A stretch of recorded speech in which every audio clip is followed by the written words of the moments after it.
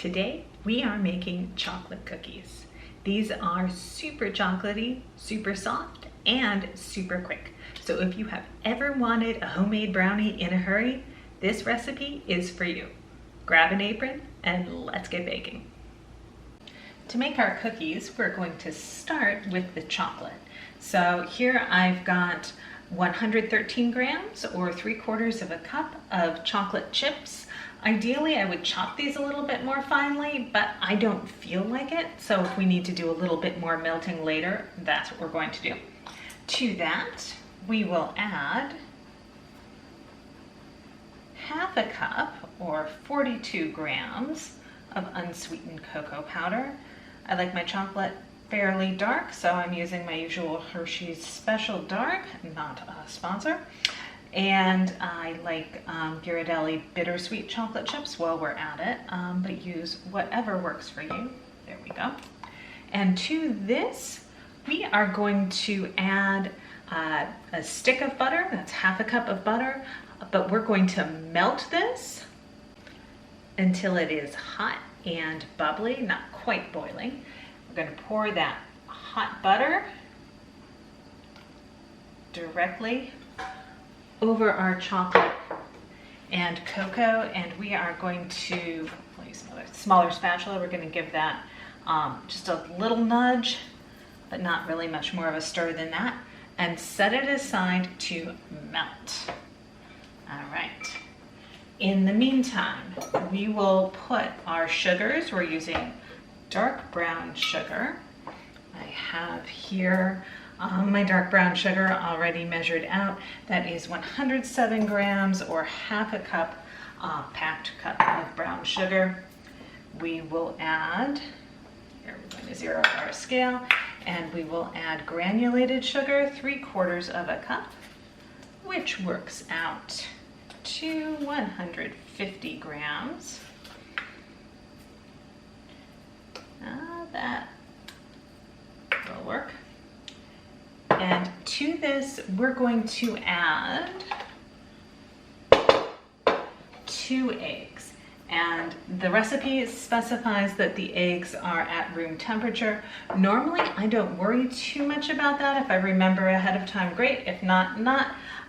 But a lot of the structure of these cookies is going to come from beating the eggs and the sugar together, and the room temperature eggs do help with that. So if you forget to get them out of the refrigerator ahead of time because you're having your chocolate cookies in a hurry, never fear. Just put them in a shallow bowl or, in this case, a coffee cup with just hot tap water, and that'll get your eggs up to room temperature a little bit faster. So 1 egg, 2 eggs, and 0 shell. And now we are going to mix this in an electric mixer. I'm using my stand mixer. I'm going to use that with the whisk attachment. And we are going to mix this, maybe just a little shell, on medium to medium high, and we're going to mix it until the mixture is considerably thickened and then takes on a lighter color. So this will be somewhere between 3 and 5, I know that's a wide range, 3 and 5 minutes of mixing.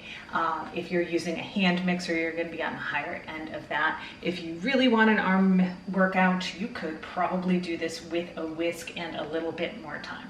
All right, here we go to mix. All right, you can see my mixture is well incorporated, and now when we think about a lighter color, we're going to be thinking about a lighter color and a fluffier texture from this. We also, paused because I almost forgot. I want to add my salt to this. I'm adding a teaspoon of kosher salt. All right, now probably another 3 minutes of mixing for me. All right, here is my my sugar and egg mixture. You can see it's got a much lighter color to it and has increased a bit in volume. Now we're going to come back to our chocolate, and give that a stir and see if we can get this into a nice smooth mixture. If you, like me, didn't feel like further chopping your chocolate chips, chopping chocolate is one of my least favorite kitchen tasks. You're probably not gonna have a smooth mixture at this point, but never fear, the microwave is here for us.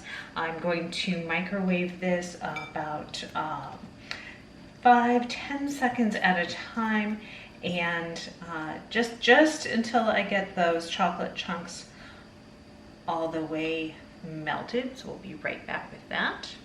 Ta-da! All together, that took another 25 seconds in the microwave, and now we have a nice smooth glossy chocolate mixture.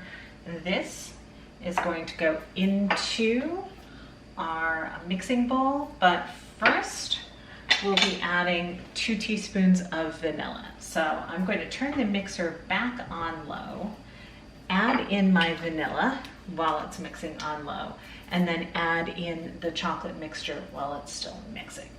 Here we go. Vanilla's in, chocolate is next. Chocolate is in. A little bit got stuck on the side of the bowl, so I'm going to scrape that down and in and give the sides of the bowl a little scrape. And now we're going to have one more ingredient to add, and that will be our flour. And today I'm using gluten-free flour, an all-purpose blend that we can swap in for regular gluten flour. So we'll be using, whether you're using gluten-free flour or regular old all-purpose flour, we're going to use 3/4 of a cup of flour, and that'll work out, let me zero this properly, that'll work out to 90 grams. So let me get my 90 grams of flour, almost on the dot. There we go. And to turn the mixer back on low and carefully sprinkle this flour in so as hopefully not to wind up with flour all over my kitchen counter. And we're just going to mix this until the flour is barely incorporated. If there's still some streaks of unmixed flour, that's fine. We're going to finish off the mixing with a spatula because we don't want to collapse all that nice air that we just mixed into the egg and sugar. All right, here we go. Got some flour stuck around the top. Knock that into the center. Mix a teeny bit more. And there we go. I'm going to stop mixing there. There's definitely still some flour just around the edges. I'll work that in gently with the spatula. First, we're going to try and get as much of this off of the mixer attachment as possible. There we go. And now we're just going to work the rest of the flour in with a few strokes. We don't want to overmix. And that will be our cookie dough. So we don't need to chill this cookie dough. Here it is. Really soft, looks to me like brownie batter, don't you think?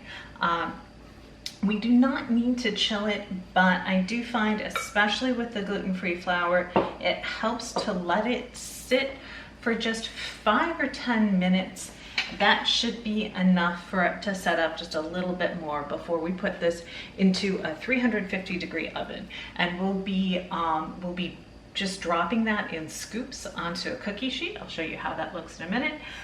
If you are brave, use a cookie scoop. I find this stuff is just way too soft for that. I spend a lot of time and energy trying to scrape cookie dough out of the cookie scoop. So I'll be using just 2 big spoons and kind of using those to flick dollops of cookie dough onto the cookie sheet. Don't worry, however they land on there, they're actually going to come out looking really quite lovely and tasting fantastic.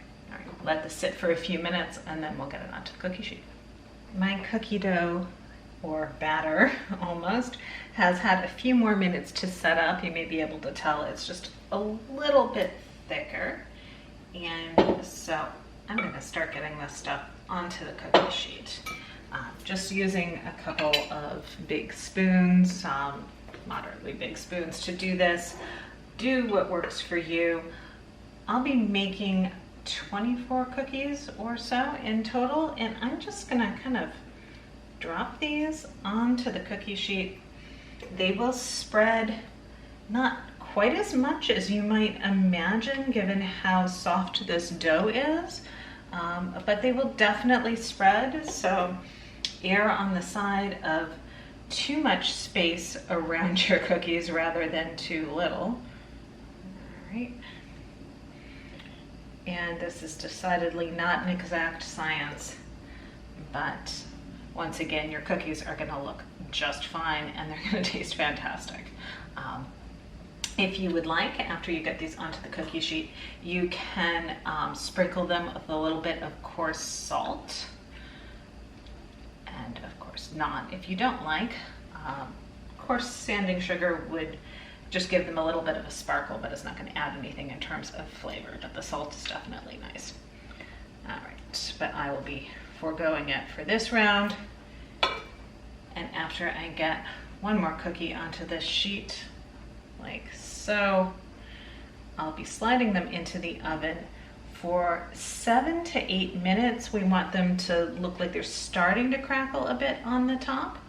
And then we'll be pulling them out of the oven, and I'll show you how it looks when we do it, but giving them a couple of hard whacks on the kitchen counter, and that's going to help with their texture, and they'll be going back in the oven for another 2 minutes total. All right. That looks pretty good.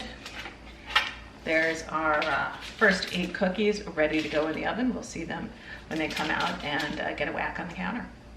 Our cookies have had, about 7.5 minutes in the oven. They are starting to crackle on the edges and look fairly set, but not all the way done. We are going to give them those 2 whacks on the kitchen counter. Whoops. Gotta do better than that. 1, 2. And back in the oven they go for another, 2 minutes. And here are our baked cookies. 2 extra minutes in the oven. We can see the crackles on the top as they slide around. We'll let those cool on the cookie sheet for a couple of minutes, and then we'll transfer them to the wire rack to cool the rest of the way if we can handle waiting that long. I'll get the rest of the cookie dough in the oven, and then we'll take a look at these when they are ready to eat. We have milk in a glass, cookies that are cool and have a nice, shiny, crackly appearance on top, and are super, super soft in texture. All that's left to do is to take a bite. We hope you give these a try. You hit that like button, subscribe while you're at it, and check back every Friday at 4 o'clock for a new recipe.